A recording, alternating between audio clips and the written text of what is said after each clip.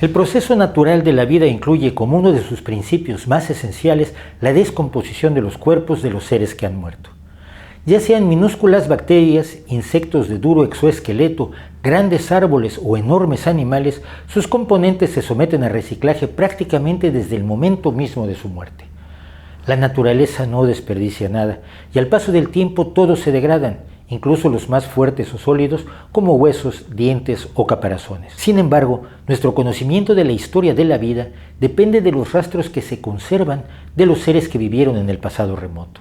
Esos restos son los fósiles, evidencias físicas que nos cuentan cómo fue la vida y cómo evolucionó para llegar hasta donde estamos hoy. En general, cuando hablamos de fósiles, pensamos en objetos hechos de piedra, huesos, impresiones de partes blandas de plantas y animales o incluso pisadas y hasta excrementos. Pero también son fósiles los seres que han quedado atrapados en el hielo, como los mamuts congelados durante la última glaciación, en resinas, como los insectos que podemos encontrar en el ámbar, o en turberas y pozos de alquitrán o parafina. Y también lo son restos desecados como las momias. Para utilizar los fósiles en el proceso de reconstrucción de la vida en el pasado, primero debían reconocerse como restos de seres vivos, algo que no es tan trivial como parece. Para algunos, como el filósofo Genófanes en el siglo VI antes de la era común, eran clara evidencia de seres vivos, al grado de que propuso que los fósiles marinos hallados en tierra eran evidencia de que esa área en el pasado había estado cubierta por agua, hipótesis que hoy sabemos certera. Sin embargo, más de 2000 años después, en 1677, el naturalista inglés Robert Plot publicaba un libro que seguía sosteniendo otra hipótesis popular a lo largo de toda la historia, según la cual la Tierra tenía la propiedad de generar en su interior cosas con las mismas formas que tenía en su superficie. Así, describió rocas que se asemejaban a flores, ojos, orejas y cerebros humanos. Esto casaba además con la idea de la generación espontánea de Aristóteles, que creía que los fósiles eran ejemplos incompletos de las semillas de la vida que la Tierra generaba espontáneamente. En general, sin embargo, los distintos pueblos que encontraban restos fósiles les dieron explicaciones míticas relacionándolos con animales como el grifo, los dragones y las quimeras, o bien los explicaban como razas de gigantes, animales o humanos que habrían vivido antes de algún desastre cósmico, como los fines de las eras entre los aztecas o el diluvio universal en el cristianismo europeo. E incluso, como cuenta el paleontólogo José Luis Sanz, en la zona de Cameros, las huellas fósiles de manos y pies de dinosaurios se interpretaron durante mucho tiempo como pertenecientes al caballo del apóstol Santiago.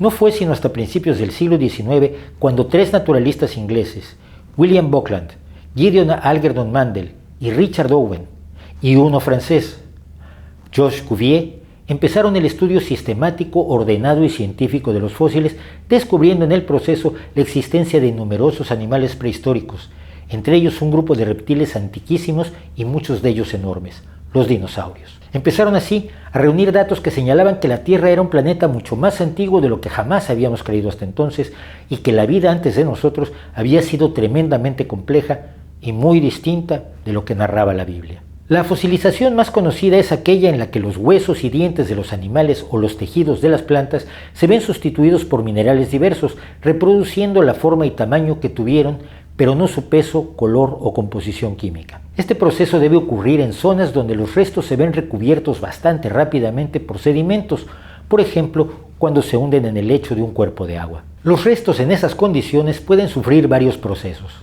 En uno, llamado permineralización, los sedimentos a su alrededor se endurecen formando roca sedimentaria y crean un molde de los huesos y en ocasiones de los tejidos blandos, mismos que finalmente se descomponen. Este molde externo es en sí un fósil, pero en algunos casos las corrientes de agua pueden depositar minerales en el molde hasta reproducir un vaciado de la materia original. En otros procesos, el hueso puede verse reemplazado gradualmente con otros minerales, preservando además del aspecto externo gran parte de la estructura interna de huesos, caparazones y dientes. Hay otras formas de fosilización, entre ellas la recristalización de las sustancias de los restos, la adpresión con la que se preservan impresiones como las huellas de dinosaurios o los pocos ejemplos de moldes de piel, alas y plumas, y un proceso mediante el cual los huesos de un organismo rodean y conservan a otro, o al menos su impresión. La fosilización puede ocurrir en unos pocos años o desarrollarse a lo largo de periodos prolongados. Además, Para que los paleontólogos puedan hallar estos fósiles, los estratos sobre ellos deben erosionarse para que afloren nuevamente. En ese tiempo pueden ocurrir numerosos percances que destruyan los restos, como terremotos o erupciones volcánicas.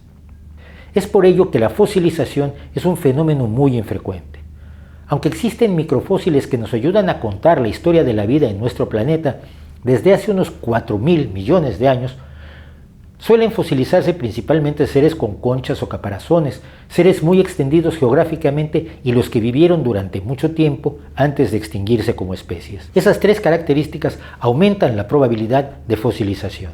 Por ello mismo el registro fósil, es decir, la colección de todos los fósiles que conocemos, es una imagen incompleta de la historia de la vida. Nos faltan restos de un número indeterminable de especies de cuerpo totalmente blando o que solo vivían en pequeñas zonas geográficas o que no existieron durante mucho tiempo, ya sea por extinguirse o porque evolucionaron hacia otras formas. Los paleontólogos apenas han explorado una mínima parte de la superficie de nuestro planeta y menos aún de sus profundidades.